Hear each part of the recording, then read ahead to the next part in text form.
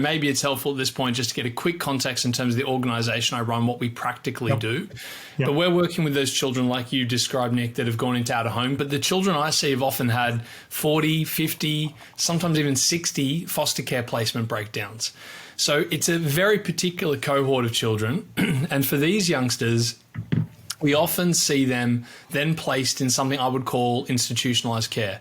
We don't call it that anymore in the system. It ends up getting a nicer name. But what I mean by that is any form of care where the adults that are meant to be doing the primary care work for the child are an 8-hour shift worker that are operating under the doctrine of professional distance. So I look for children that are in that environment and I try and place them, or my team and I try and place them with a professional therapeutic carer. So that's like a social worker, a counsellor, or a therapist, someone with industry recognised qualifications and professional work experience. And we pay them actually a full-time wage, what they would earn in the sector, to step away from their professional engagement and to apply their skill set in the context of a real relationship in the home. Okay, so we're talking about a one-on-one here, are we? That's right. It's one-on-one. So we're talking big expense already. Huge expense. A full-time professional carer for one person. That's correct. And that's to see in the context of that these children, we save $250,000 per child per year, roughly, to place a child in that form of care. So it's expensive in comparison to foster care. It's not expensive at all in comparison to our current interventions and our current options in the system for this high needs cohort of children. Yeah, exactly. The service that we got involved in at the Australian Centre for Social Innovation, called Family by Family, was expensive when you sort of first looked at it. But then when you compared it to alternatives, it was a real bargain, it seemed to us. And it sounds like you have a similar view.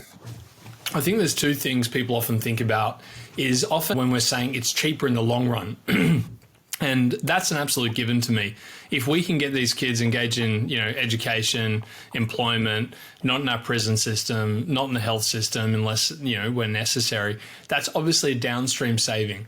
But what's really important to recognize when we're speaking about those figures of a couple $100,000 cheaper, that's not a future projected saving. That's a here and now saving in the current budgets in the current financial year. So so give us some insight into just in terms of recurrent funding and recurrent saving. How does your model, which is a full-time carer for one person, how is that cheaper than the alternative? What is the alternative and how does it stack up? How does it rack up those costs? So you can imagine if you place a child in a group home or, what we call an alternative care arrangement, sometimes otherwise called a hotel. But if we would place a child in any environment where the primary care is going to be a shift worker, you're going to have one or two shift workers depending on the needs if the child's particularly violent or if there's risk of, many other things that complex trauma can present as a type of survival strategy, but things that get us really worried. So if you have shift workers, one or two, then you're going to have to get through a 24-hour period. We need 3 of those adults getting paid a full-time wage at a minimum.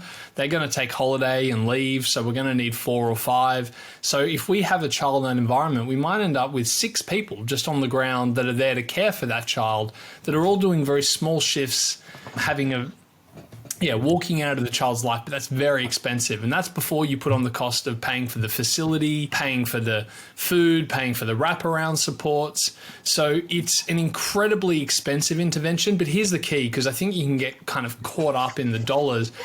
And the heart of it is actually looking and saying it's relational deprivation for a child.